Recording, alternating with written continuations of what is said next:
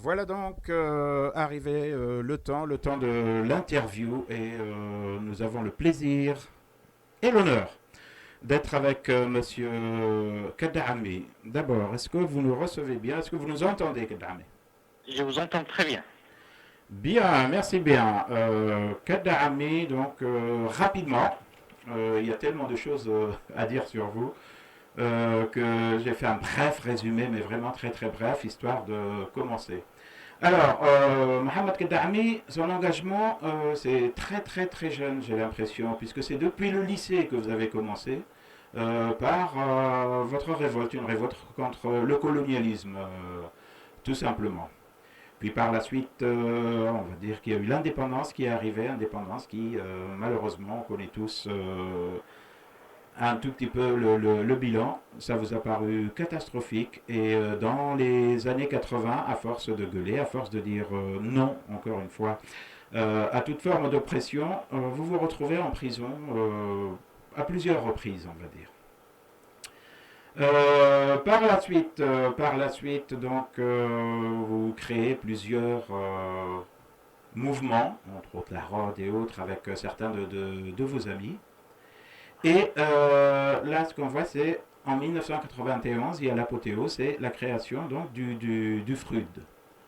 Création du FRUD, et malheureusement, là aussi, on connaît la suite. Des défections, une paix signée avec certains qui en avaient peut-être marre ou autre, en tout cas la paix d'Aqaba. Et vous allez par la suite redevenir donc président de ce mouvement, le FRUD, en 2004. Mais là, en 1997, vous êtes à Addis Abeba avec votre femme et Djibouti obtient votre extradition. Extradition qui vous coûte 3 ans de prison jusqu'en 2000. Par la suite, vous partez, vous voyagez, vous êtes en France depuis donc 2000. Et là, on vous donne donc le statut de réfugié politique. Jusque-là, ça va vous Oui, confirmez? oui, oui. Oui. D'accord. Et là, on va aller dans le vif du sujet de tout ce qui nous intéresse. Président du FRUD armé, donc, et vous essayez de faire pas mal de choses. Et puis, en 2018, vous lancez un appel. Un appel qui va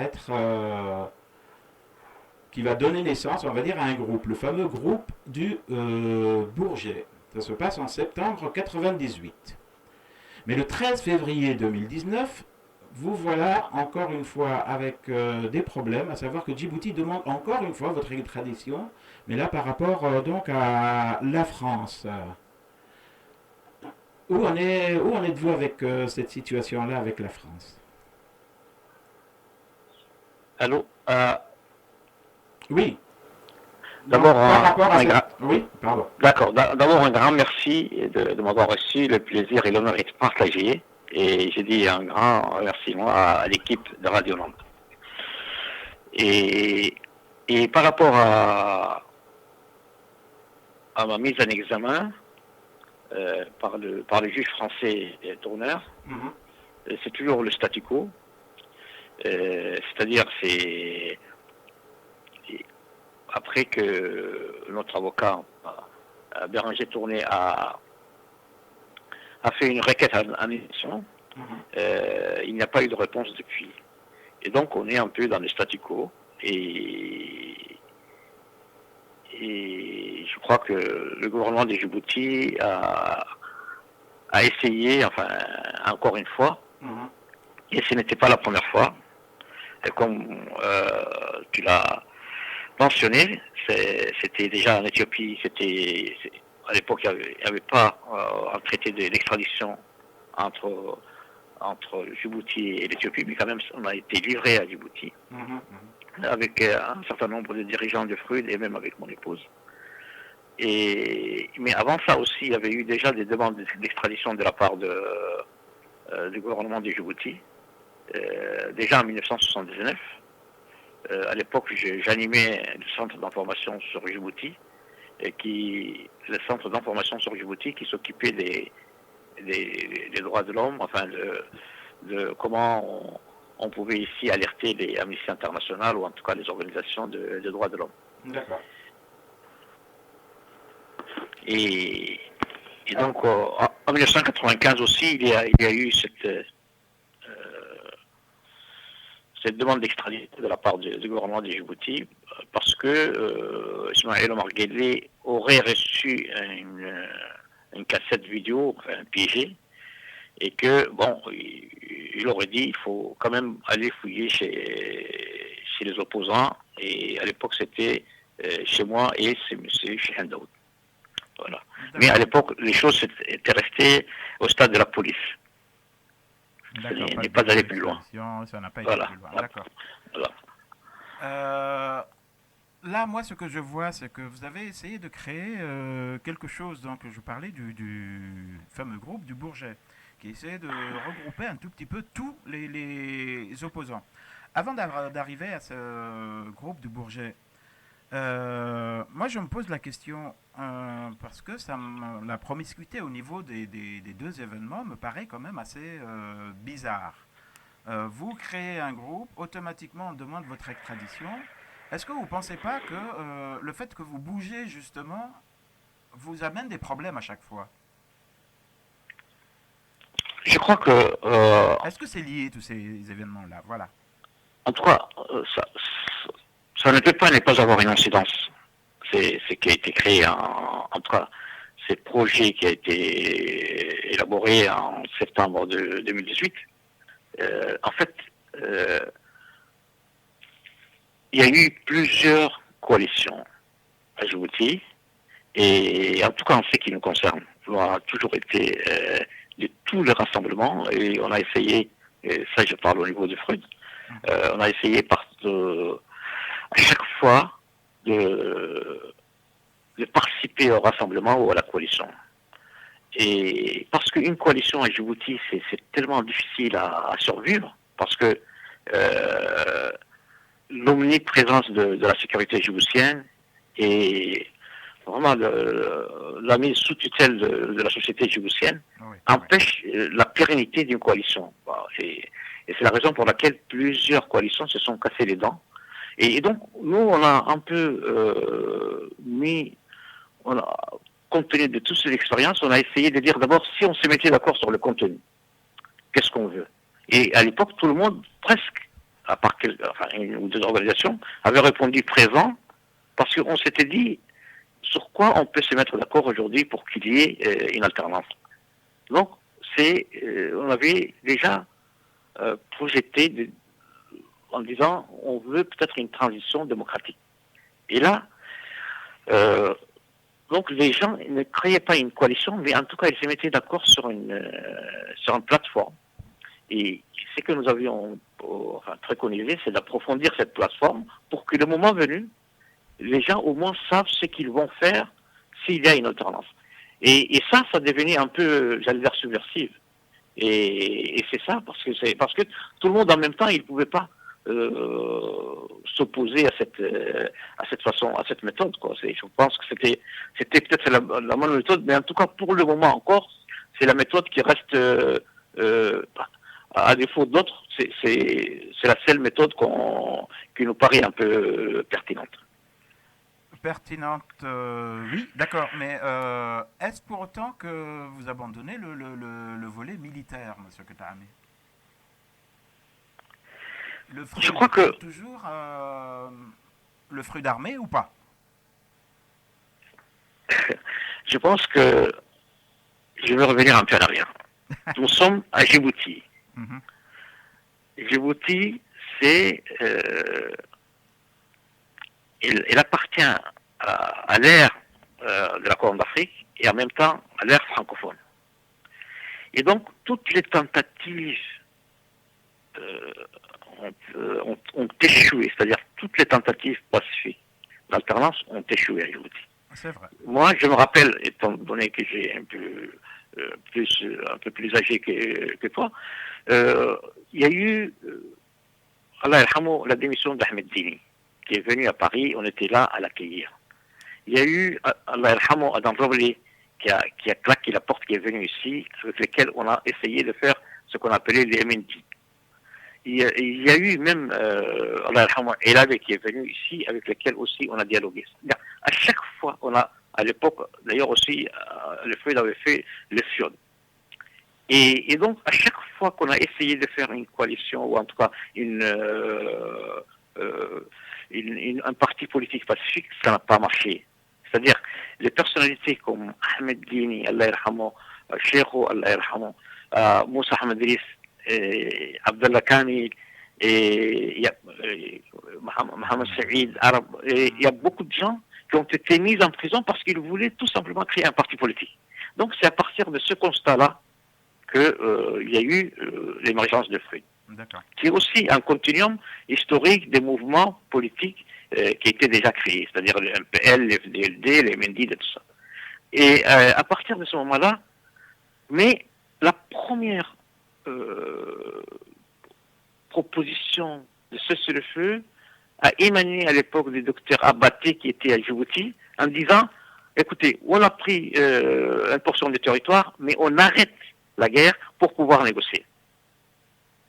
Je ne sais pas si vous vous rappelez, mais c'est jamais un front en offensive qui est en train de conquérir des territoires qui arrête sa conquête et il dit, écoutez, on va négocier.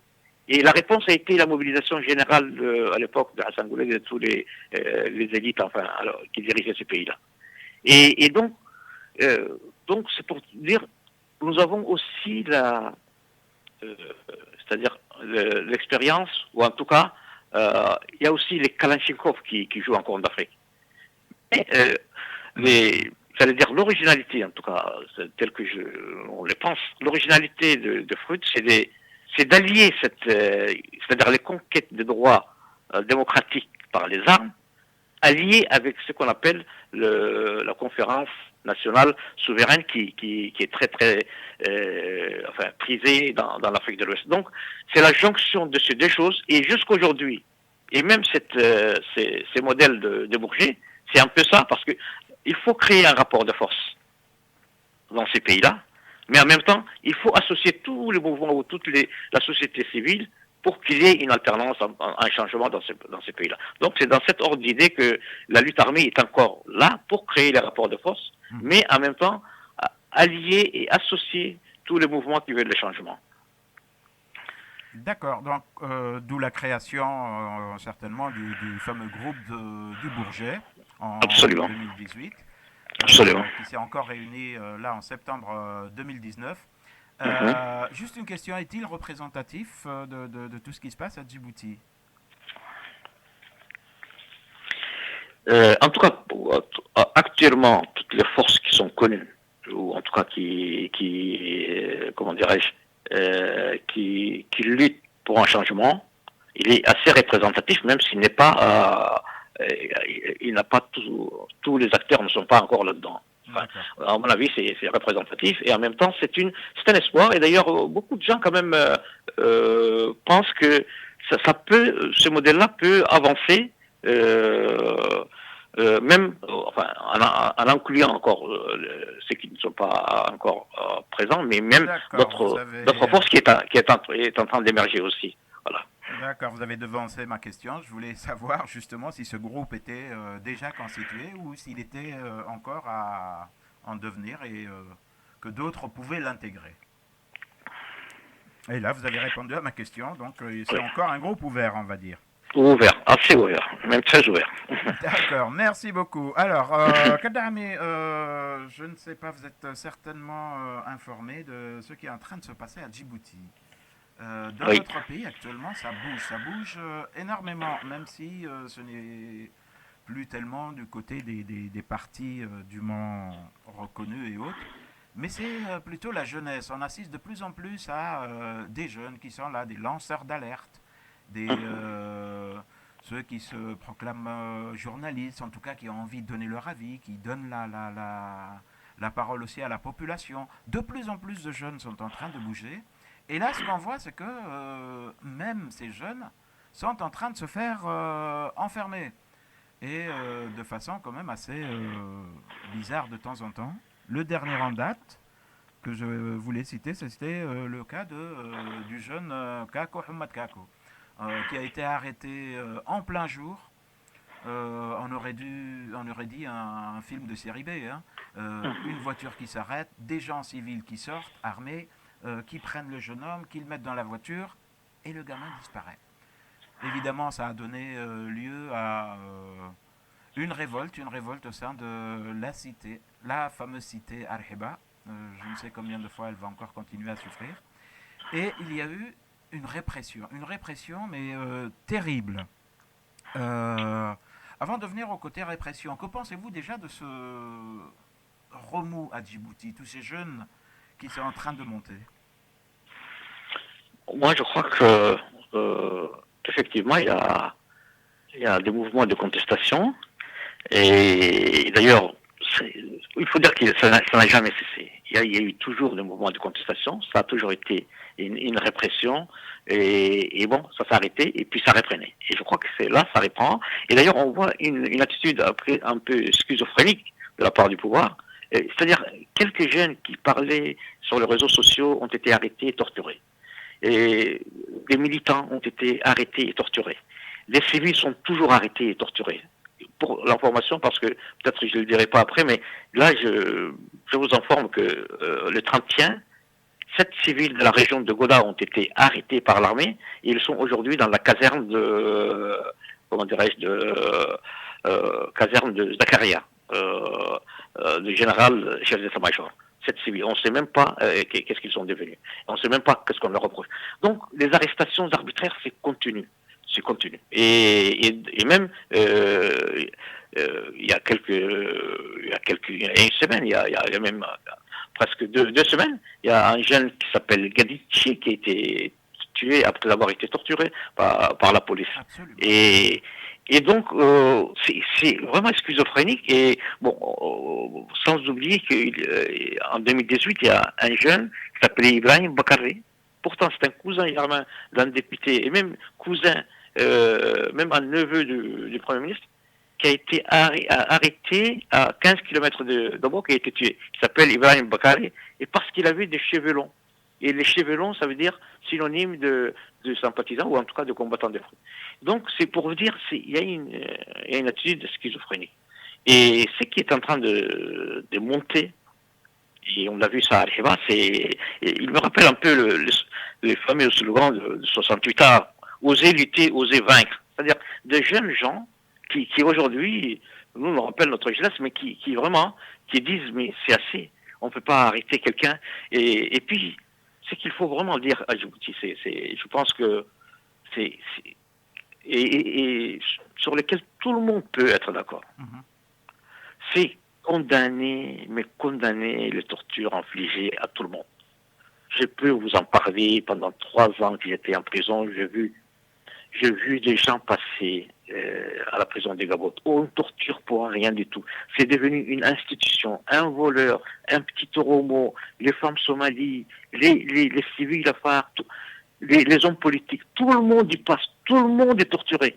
Et c'est là, franchement, il faut que tout le monde, au moins, qu'il y ait un consensus pour dire arrêtez le torture. C'est la raison pour laquelle, d'ailleurs, Ismaël Omar Guelleh a refusé l'arrivée du haut-commissariat, du haut-commissaire sur les tortures, enfin, du Conseil des Nations Unies, parce qu'ils ont demandé à venir à Djibouti pour enquêter sur les tortures.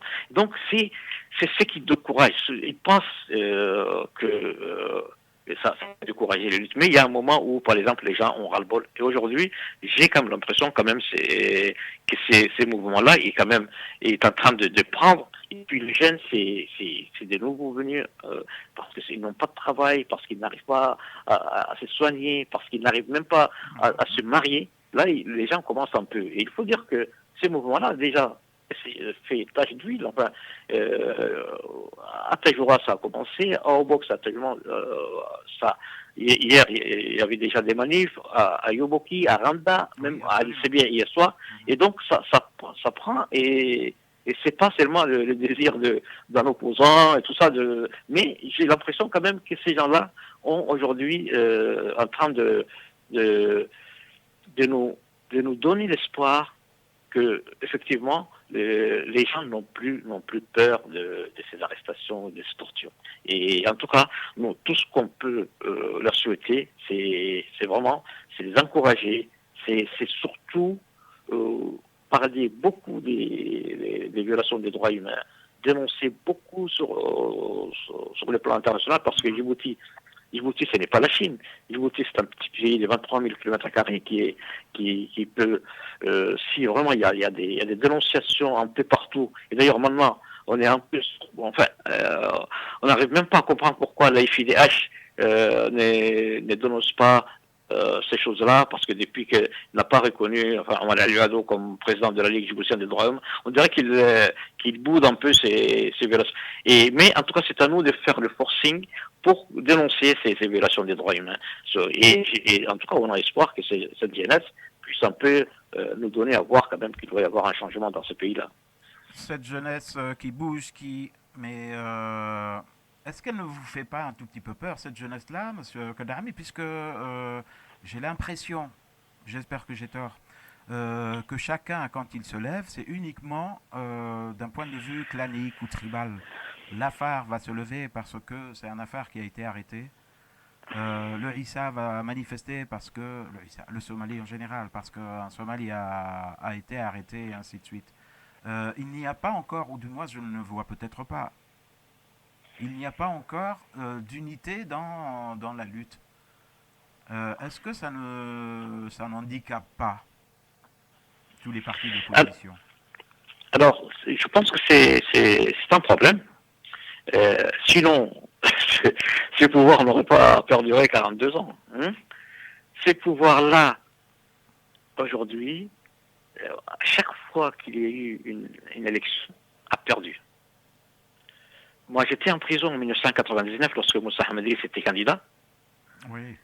Et soit dit en passant, à l'époque, le FRUD a soutenu la candidature de Moussa Ahmed. Et en prison, les soldats qui étaient là, il y avait 60 soldats et ils ont voté, enfin, ils ont dit, il y a 6 pour Ismaïl, il y a 54 c'est-à-dire pour Moussa Ahmed. Et ils nous disaient, voilà la clé, c'est un vendredi, le samedi, vous êtes libre. Donc, ça, c'est la première élection pluripartite. Deuxième élection pluripartite, c'était en 2003. Et ils ont perdu. C'était à l'époque Ahmed Dini qui présidait l'UAD. Et Allah alhamdoulilah. Troisième élection en 2013, et tout le monde sait les résultats. Et donc, ils ont perdu. Et donc, à chaque fois, ils ont perdu. Et donc, chaque fois qu'il y a eu l'occasion, cette population-là s'est unie. Et donc, aujourd'hui, il essaye de... D'ailleurs, hier même, il avait coupé entre Balbala et la ville, enfin, vers le centre, et donc ils vont essayer par tous les moyens de... Donc nous appelons vraiment à désenclaver l'imaginaire. Et je crois que aujourd'hui nous avons tous intérêt à ce que ce régime-là marche. C'est-à-dire déguerpisse, qu'il quitte. Tout le monde est d'accord parce que aujourd'hui, lorsque tu vas à l'hôpital, n'importe quel hôpital, c'est-à-dire les gens qui n'ont pas d'argent, qu'ils soient Issa, qu'ils soient Mamassan, hein, ils allaient même dire qu'ils soient Barfour là-bas, enfin pour les gens qui connaissent tous. Aujourd'hui, la femme qui peut accoucher là-bas n'a pas les moyens d'accoucher, n'a pas les moyens d'envoyer c'est-à-dire ses parents malades en Turquie ou en France et tout ça. Aujourd'hui, c'est-à-dire, s'il n'y a pas de santé, il n'y a rien du tout. C'est-à-dire, l'hôpital est malade, il est moribond. Franchement, moi, ça fait maintenant déjà 18 ans, mais je peux témoigner d'une chose. Après avoir protesté pour aller à l'hôpital, on m'a hospitalisé lorsque j'étais en prison. Et lorsque j'ai vu l'état de l'hôpital Pelletier, alors que moi j'étais hospitalisé à l'époque coloniale, j'ai dit aux médecins, aux gardiens, j'ai dit ramène-moi au Gabot.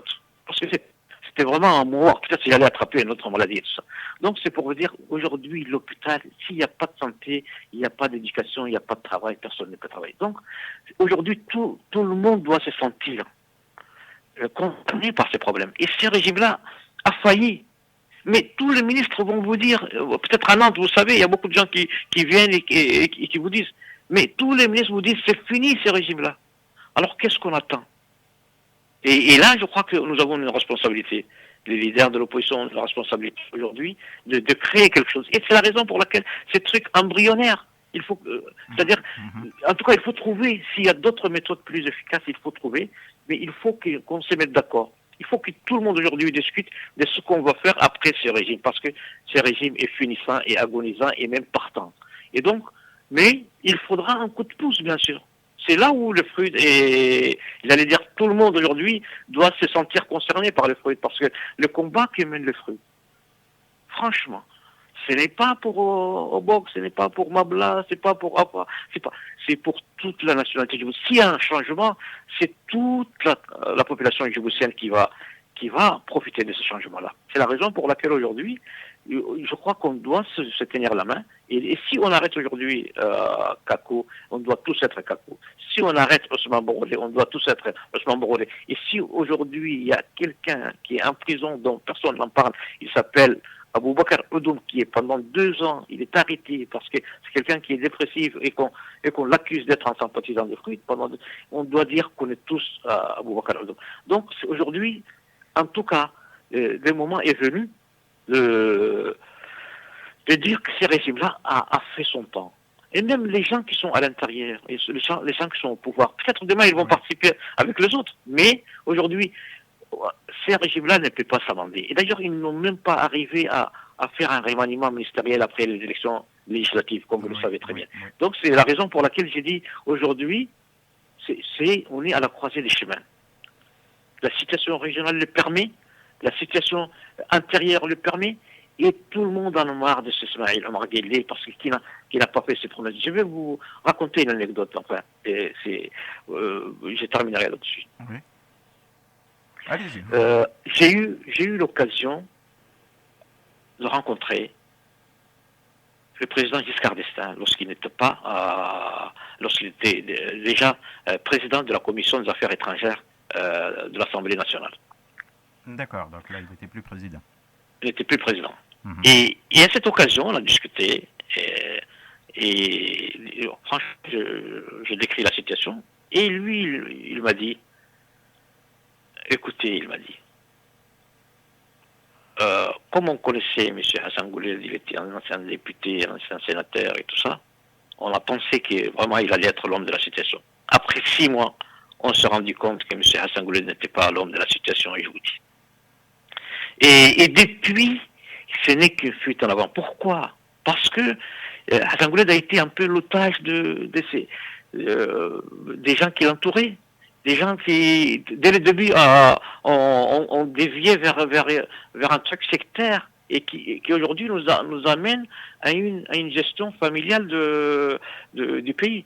Et donc, c'est pour dire, 42 ans quand même, c'est trop. Et puis, nous avons aujourd'hui une chance de pouvoir encore créer un tissu qui nous permette de penser pour les 20 ans ou les 25 ans à venir. Inch'Allah, mais sinon, j'ai moi aussi rencontré M. Kadahame une fois, un des officiels des affaires étrangères. Une des rares questions qu'il m'avait posées et effectivement qui nous avait bloqués parce que je n'étais pas seul. C'était, bon, ben d'accord, mais en cas où vous voulez chasser Ismaël Omar, vous allez le remplacer par qui? Je vous avoue que, voilà, moi j'étais bloqué. Moi je suis venu pour parler programme, pour parler changement, pour parler méthode. On m'a demandé le nom d'un homme pour pouvoir changer. On en a plusieurs, mais aucun qui n'émerge. Je ne sais pas. Bon, je sais que vous ne vous rasez pas, sinon j'allais vous poser la question. Est-ce que vous n'y pensez pas? Est-ce que vous n'y pensez pas, vous? Est-ce que vous ne pouvez pas être cet homme qui peut sortir du lot pour représenter tous les Djiboutiens et se présenter contre, finalement, M. Ismaël Omar. Alors, il y a quelques temps, il y a quelqu'un, c'était Dimitri Verdong. À Oui, l'époque, je ne le connaissais pas très bien, et donc depuis, bon, nos chemins sont décroisés, mais bref, il écrivait un petit opuscule, là, il m'avait demandé une question. Il a dit, est-ce que, M. Kadami, le jour où vous serez président, quelle sera la première mesure que vous allez prendre? Et moi, j'étais un peu surpris.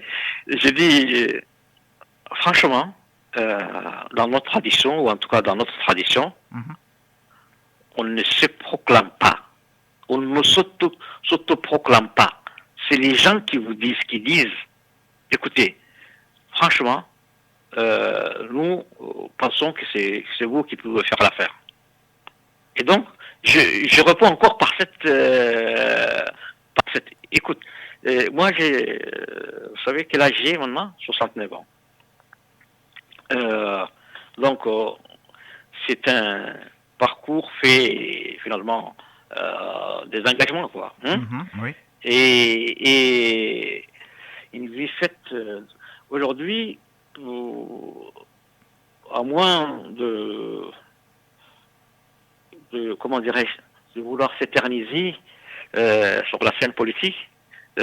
Encore, on sera actif peut-être dans 5 ans, 6 ans, pas beaucoup. Hein? Bien sûr. Mais tout ce que je veux dire par là, de toute façon, il n'y a pas de tabou.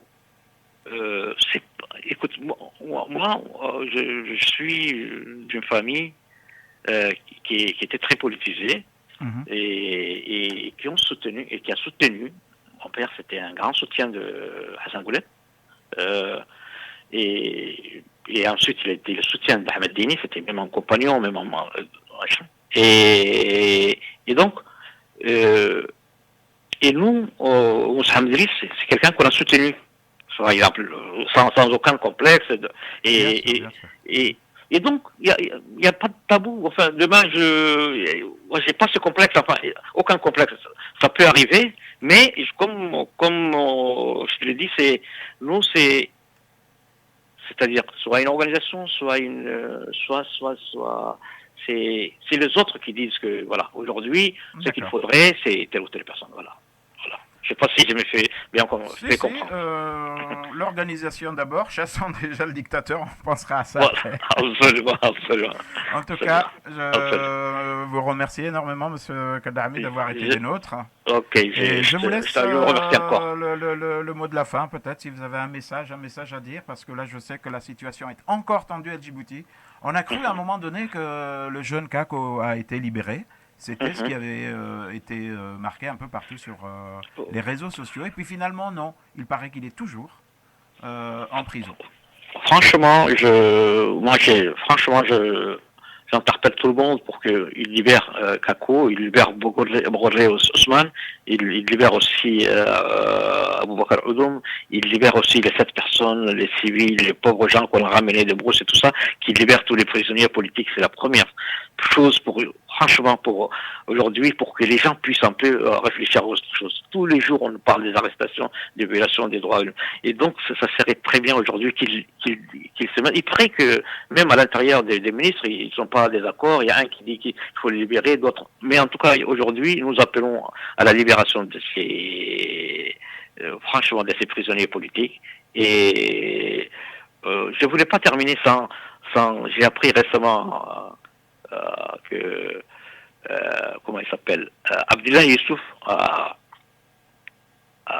l'ancien président somalien, Oui. a qualifié, comment il a qualifié à l'époque Ismaël Omar Guelleh. Et vous allez m'excuser mon accent, mais je vais le dire en Somalie. Allez-y. Et Halla Sob Bougier, mais c'est Halla Sob Bobi, Uh-huh. Nerikta Halal Madasho. Un chamel volé ne peut pas accoucher d'un chamelon légitime. Franchement, j'ai beaucoup aimé, j'ai appris, enfin, on m'a dit ça il y a quelques jours, mais à la fin, finalement, ce que je dis, c'est quand même, euh, الشعب يريد إسقاط النظام. الشعب هم يريد الشعب إسقاط يريد النظام إسقاط. ونحن مع الشعب. نحن مع الشعب. الله يخليك. ميرسي الله بوكو. يخليك. ميرسي شكرا. بوكو مسيو عفوا عفوا كدعم. عفوا.